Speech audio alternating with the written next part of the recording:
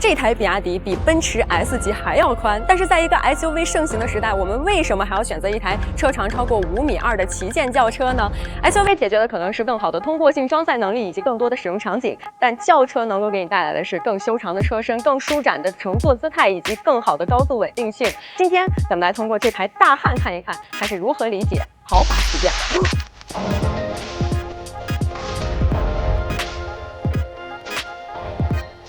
車長5256，軸距3130，車寬更加寬張，1999，已經接近2米了。所以你會發現，這台大漢放在你的面前，它整個體量感是非常大的。但是，一台大車尺寸做得夠大就夠旗艦嗎？其實不是的。大車最難處理的是它的比例。除了4輪4角之外，我們再來看一下側面，其實它的 A 柱相比之下，我覺得是稍稍往後偏移了一點點，而且和其他的一些新能源車喜歡做的那種俯冲感和低趴的車身不一樣，它把這整個的成员艙做的看起來相对厚實，然後相对靠後，穩穩的在車尾做了一個結尾，所以你會發現這台車整個側面的這種姿態是非常的端莊典雅。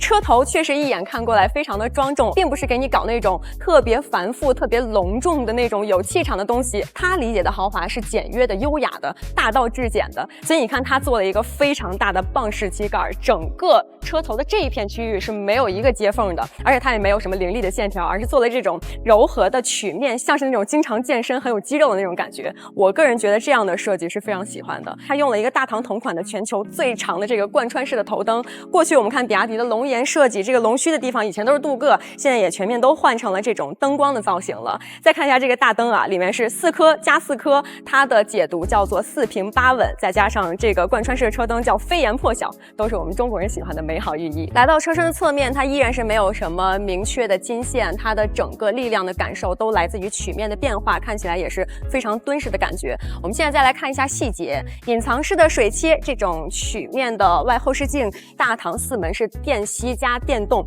但它是電吸，但是手動的。你們更喜歡電動門還是手動門呢？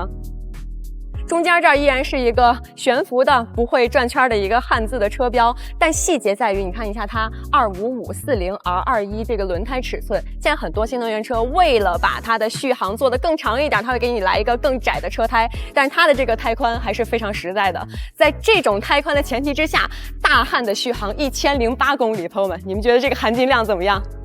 前臉負責莊重，側面負責舒展呢，車尾就是負責穩定的角度了。它夠寬，然後這兒呢做了一個很強的一個突出，所以整個車尾會非常的敦實，就看起來覺得一看就不簡單的感覺。而且像這種比亞迪一貫喜歡使用的這種中國結的尾燈也在這兒得以延續，同時在這台車上看起來也更加的拉寬了它的視覺寬度。後備箱也不小，500升，再加上它純電版本還有一個130升的前備箱，所以整個裝載能力是非常棒的。轿車的尾箱是完全獨立於乘坐空間的，所以無論是溫度、噪音、氣味都是與前艙隔絕的。SUV可能實用性確實會強一些，但轎車能夠給你帶來的這種正式感、莊重感或者說尊貴感，絕對是 SUV 替代不了的。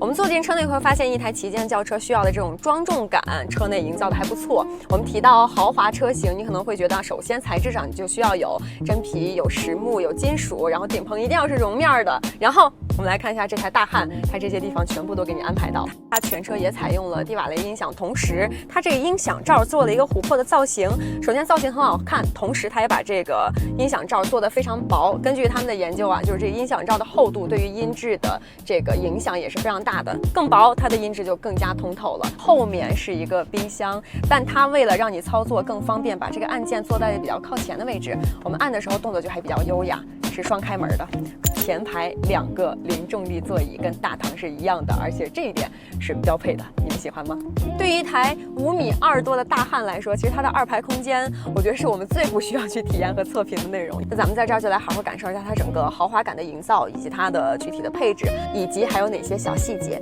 前艙的環抱式的布局是一直延伸到後艙的，所以它整個是这種一整個環抱了車內3/4的面積的這種感覺。你抬頭你會看到你的天窗和前排是獨立開的，那你們可以按需來自己進行操作，這種獨立性和尊貴的體驗就更強了。然後這是我們傳統對於豪華車的定義。那新時代的使用的豪華，大家肯定都很關注它的冰箱、彩電、大沙發。沒錯，這3樣也塞進了這台大漢的轎車裡。這兒是一個大彩電，前面是冰箱，這2個座位的沙發靠背角度都可調，而且也都腿托。最关键的是，因为它2米的车宽，所以你会发现我坐在左边跟右边其实是有一些距离感的。再加上中间有一个很敦实的这样的一个扶手，然后你所有的调节都是在中间的这个屏幕里内置了，你会觉得坐在这儿，哎，整个尊贵感以及跟旁边其實也是有一些距離感的，你會覺得很莊重、很正式的感覺。你會發現這台車它真的做了不少本可以省去但它沒有省去的東西，比如說扶手往前延伸在這兒。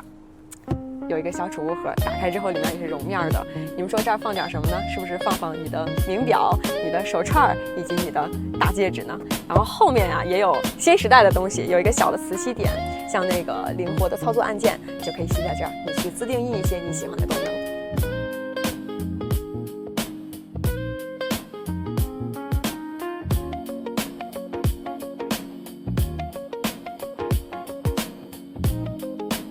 我覺得轎車和 SUV 乘坐方面最大的區別還是在於它的動態表現，你明白了？轎車你可以有更好的加速的平穩性，有高速的穩定性，你可以整個貼地飛行，你離地面是更近的。這台大漢它的最快加速能做到3秒多，加速有多快只是一個參數，我還是挺期待後續它整個加速的體驗是否線性，是否流暢這個感覺。全鋁的懸架，前雙叉臂，後5連桿，以及還有雲蔦 A 空氣懸架，所以它的高速的動態表現應該也不錯，而且這台車的極速能夠跑到270公里。其實我們在路上不會真的跑到那麼快了，但是它的極限更高，就證明我們跑到120、130的時候，它的穩定性也會更好，而且它也會更加輕鬆。所以這台車最後行駛起來，駕駛包括乘坐的動態表現，其實我都是挺期待的。那今天看完，大家覺得這台大漢你們會喜歡嗎？